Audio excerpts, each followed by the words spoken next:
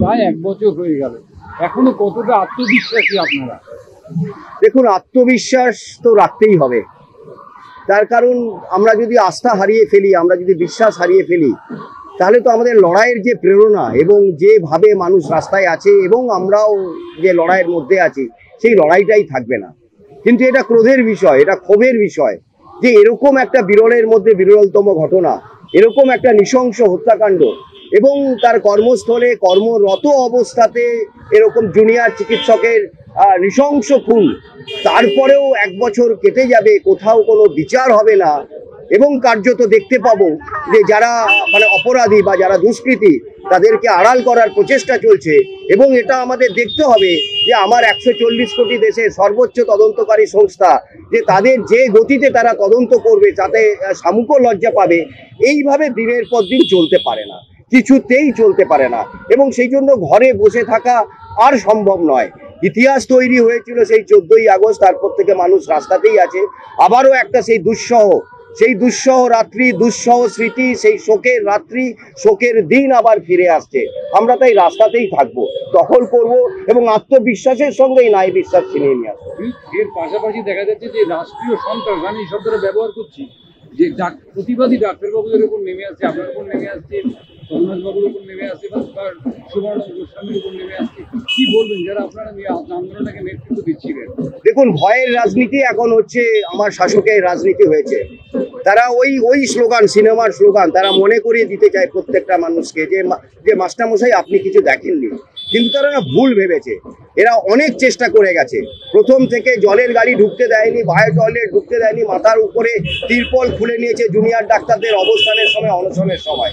এমনকি কর্মরত অবস্থাতে চিকিৎসককে ওখানে আটকে রেখেছে। বারবার চেষ্টা করেছে মেডিকেল কাউন্সিলকে ব্যবহার করে ডাক্তারদের রেজিস্ট্রেশন কেড়ে নেওয়ার বা বদলি করে। এমনকি আমরা দেখতে পেলাম এই জুনিয়র ডাক্তার তারা কাউন্সেলিং করে পোস্টিং, সেই পোস্টিংও তারা পরিবর্তন করলো। আমরা একটা বার্তাই দিতে চাই যে বারবার আপনি ভয় দেখিয়ে আন্দোলনকে স্তব্ধ করবার চেষ্টা করছেন, কিন্তু কোনোদিন পারবেন না। বরং যত আপনি ভয় দেখাবেন তত মিছিলের দৈর্ঘ্য বাড়বে, যত আপনি ভয় দেখাবেন তত হচ্ছে মানুষের এই জমায়েত বাড়বে, তত মানুষের ক্রোধ বাড়বে। ফলে আপনি রাজধর্ম পালন করুন, ন্যায় বিচারটা দিন, এই সবগুলো বন্ধ করে ন্যায় বিচারটা দিন। নিশ্চয়ই আশা করছি, আশা না করলে রাস্তায় থাকবো কি করে। এবং এটাও ঠিক যে অধিকার যখন না দেয় শাসক, অধিকার যখন না দেয় হচ্ছে আমার যারা শাসন করছে রাজ্যের সরকার বা রাজ্যের প্রশাসন, তাকে কি করে ছিনিয়ে নিতে হয় আমার রাজ্যের মানুষ প্রমাণ দিয়েছে বারবার করে, ইতিহাস তৈরি করে। এবং তারা ন্যায় বিচার ছিনিয়ে নিয়ে তবেই তারা এই রাস্তা থেকে তারা হচ্ছে উঠবে, তার আগে উঠবে না। এই বিশ্বাস আমার কাছে আছে, এই প্রত্যয় আমার আছে।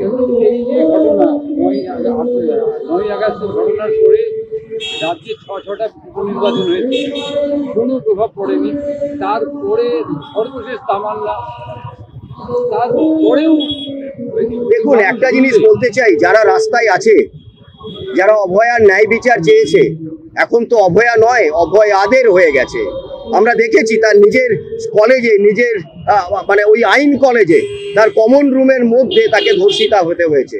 আমরা দেখেছি ওই কালীগঞ্জ, যেটা আপনি বললেন, সেখানে একটা বিধানসভায় জেতার উল্লাসে ছিন্ন ভিন্ন হয়ে গেল ওই ছোট্ট তামান্নার বুক।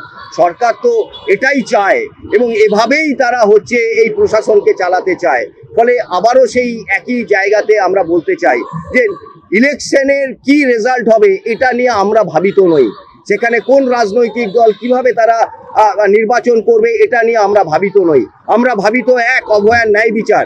আমরা ভাবিত 2, যাতে আর পশ্চিমবঙ্গে এরকম ভয়ঙ্কর অভয়ারা না হয়। আমরা ভাবিত 3, যে এই আমাদের পশ্চিমবঙ্গের সমাজ থেকে এই যে প্রাতিষ্ঠানিক দুর্নীতি চলছে, এই যে ভয়ের রাজনীতি চলছে, এটা যেন চিরতরে দূর হয়। ফলে নির্বাচন নিয়ে আমরা নয়, আমরা ন্যায় বিচার নিয়ে আমরা ভাবিত।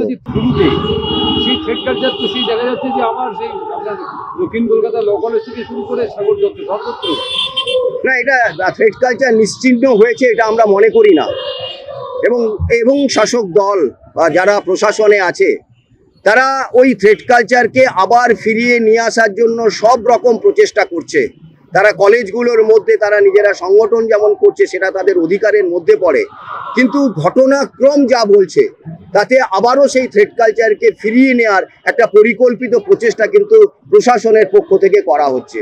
আমরা আবারও প্রশাসনকে মনে করিয়ে দিতে চাই যে আপনারা কিন্তু রাজধর্ম পালন করুন। অভয়া আমাদেরই মেয়ে, ওখানে ল কলেজে যে ধর্ষিতা হয়েছে সে আমাদেরই পরিবারের কেউ না কেউ হবে।